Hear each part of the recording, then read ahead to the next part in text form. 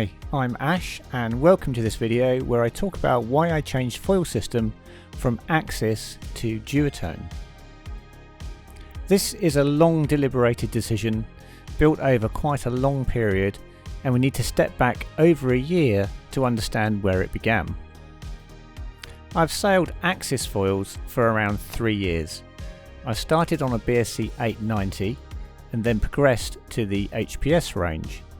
I worked my way through this range and eventually ended up with an HPS 1050, a 980, a 930 and an 830. I also worked through various Axis tails and ended up on a progressive 350 and a skinny 362/50. Along the way I owned an Art 999 and a PNG 1300.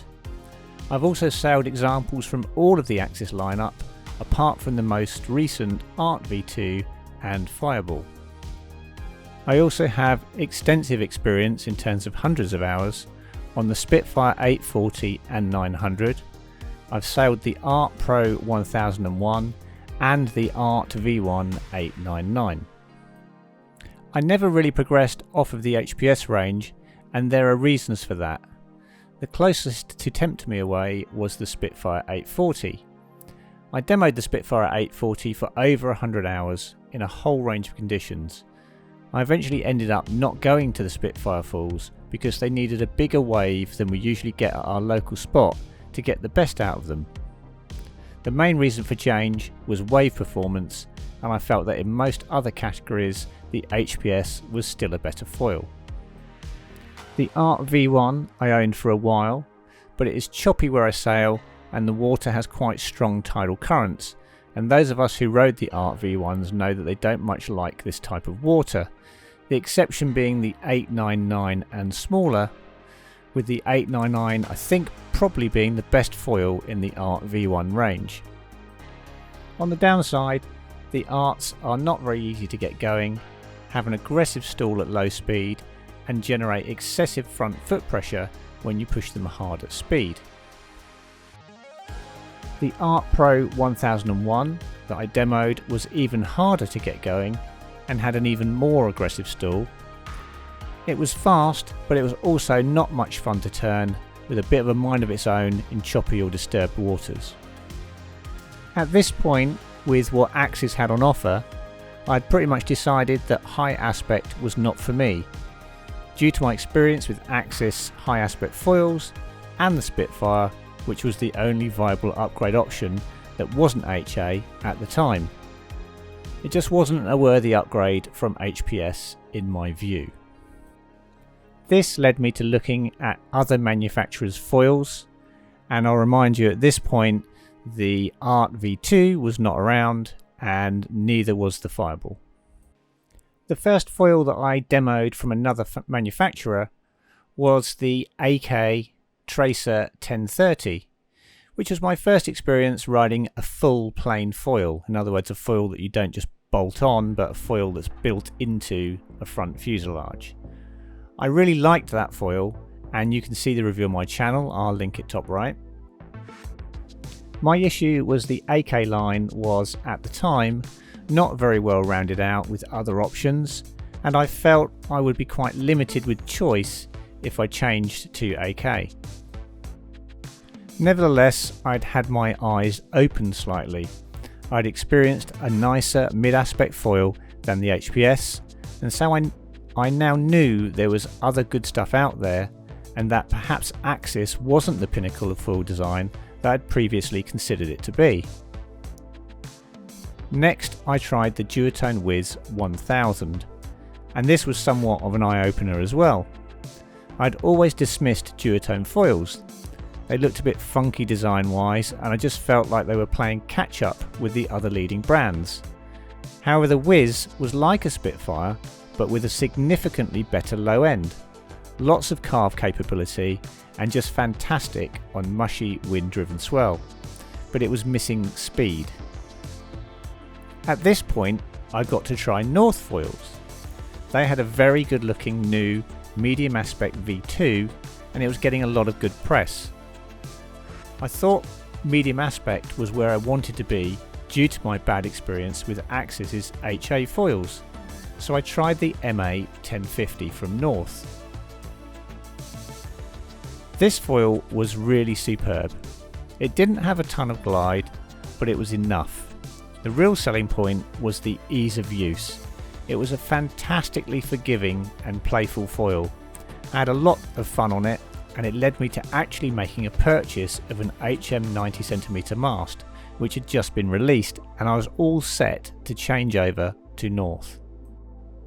Whilst waiting for that mast to arrive, I was offered the Duotone Glide V1 905 to demo with an SLS 90cm mast. I have to say I was not that keen. This was an HA foil, and I knew HA foils were tricky to ride, not that playful, and just not my thing, or so I thought. How wrong was I on this one? After a couple of sessions I adapted to the Glide 905, and wow, what a great foil this was. This was like the North MAV2, but with a whole load of glide as well. It wasn't quite as easy to use as the North, but it was not far off, and the available glide was addictive. This foil also reshaped my thoughts about high aspect foils. They didn't need to be hard to use, they didn't have to have an aggressive stall, and they didn't have to turn poorly either, which is what I'd experienced with Axis, and all of a sudden on Duotone I was getting none of those things. I also had opportunity to ride the Glide in some swell, and it did a really great job.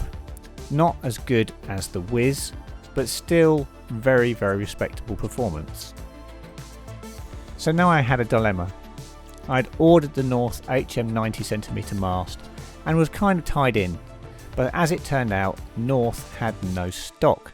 They couldn't supply, and I was refunded my money, which it turns out was a bit of a piece of luck.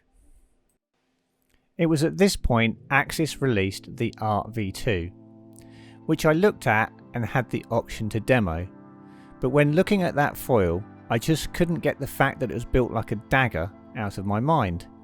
I do occasionally fall towards my foil, and the Art V2 looked just like the end of a sword. Added to this was the price, which was expensive for just a bolt-on foil, and I'd previously ridden full planes, and I was really hoping to move to full plane foils rather than bolt-on foils. This leads me back to one of the things that had for some time been annoying me regarding Axis foil pricing. The Art Pro was an expensive foil, and it was expensive because it was thin and required Ultra HM carbon to make it strong. But this requirement is more to do with the poor fuselage design, where the fuselage beds down into the foil, making it thinner than it needs to be. So as a customer, I'm paying for more expensive foil manufacture than is needed due to the fuselage being a less than helpful design for foil strength. Whilst on the subject of Ultra HM carbon, I was also being offered a demo of the new Axis Ultra HM carbon tapered mast, which was being touted as even better than the HM mast I already owned, but for a cool £3,000. I just didn't need a mast this stiff, and I couldn't understand why Axis wouldn't make a tapered mast for those of us using small span foils for winging, where we just don't need that much stiffness but would still benefit from the tapered design for speed. This also led me full circle to what was actually really bothering me about the direction Axis foils had been going for some time, which was towards prone or downwind foiling and not really paying much attention to winging. I had the additional issue of Axis being expensive due to fuselage design and the use of Ultra HM carbon to fix this, plus the Ultra HM tapered mast being built for gigantic foils but no cheaper option for smaller foils, and then added to this the lack of focus on winging and an almost singular focus on downwinding, prone and pump. It all just added up to Axis not really being for me anymore. So having refused the Art V2 demo, I was then informed by my local shop that there was a new Glide 2.0 coming, which was a full plane. This really piqued my interest. I'd ridden the Tracer full plane and I really liked how smooth that was, and now there was an option of a Glide 2.0 as a full plane. Very, very interesting indeed. I decided to demo one more foil, which was the F1 Skate 950, another full plane foil. This was super smooth and easy to use, but it lacked the glide that I discovered on the Duotone Glide V1 905. It was also really quite expensive compared to the Duotone foils. The Eagle or Eagle X were not available to try, which was unfortunate, but I was okay with that.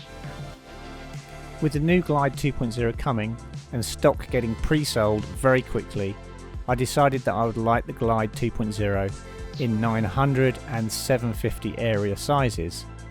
So I was going to buy this new foil untested, which I would probably not advise anyone to do. This led me to the decision of masts, where to my delight I discovered that Duotone were doing a tapered mast, and it was around £1,300 and not £3,000. This for me was the icing on the cake.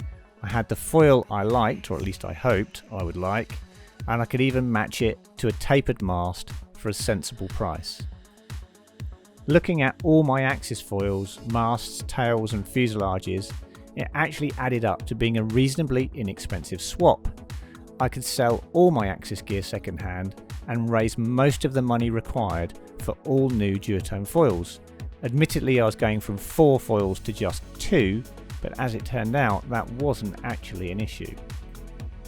The other thing that was on my mind and helping me with the decision was the Whizz, which was also a great wave foil, and Duotone are the biggest wing manufacturer in the world in terms of sales, so no concerns at all about there being a lack of focus on winging, so I placed my order. I've now been sailing the Glide 2.0 in 900 and 750 for a couple of months. I've also bought the Glide 2.0 620. I will do a review for the Glide 2.0, but I can happily say that I am finally on modern full plane foils that have exceptional performance for winging. I've not looked back since, and that's probably ruined that review with a massive spoiler. The lessons I've learned in this journey are not to be frightened to switch foil brand. The HA foils can actually be playful and easy to ride, turn great, not have an aggressive stall, and have great low end. I've always been keen to try new things, and I encourage anyone to not stick like glue to your chosen brand. Look around and try things, you might be very surprised. I'm much happier now with my foils, riding the foil that I've always dreamed of but thought couldn't exist. I would have never put my money on Duotone being my full choice at the beginning of this journey, but in case you haven't been paying attention, Duotone have massively upped their foiling game, and there can only be more good things to come. Lastly, I just want to say that although this monologue has been somewhat critical of Axis, I spent a good 3 years on Axis, and their foils were instrumental in building my passion for foiling, so I appreciate greatly them getting me from beginner to where I am today. I've been completely honest in this about how my decisions were formed, and whilst that has cast a critical eye over Axis and their foils, it is in no way meant to be a knockback of their products.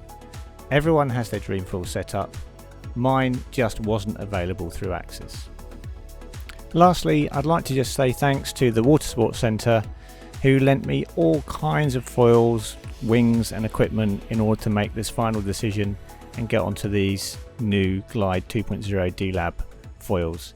So thanks to them for that, and I'll put their logo on the end. So that's it for this video, and I'll see you on the next one.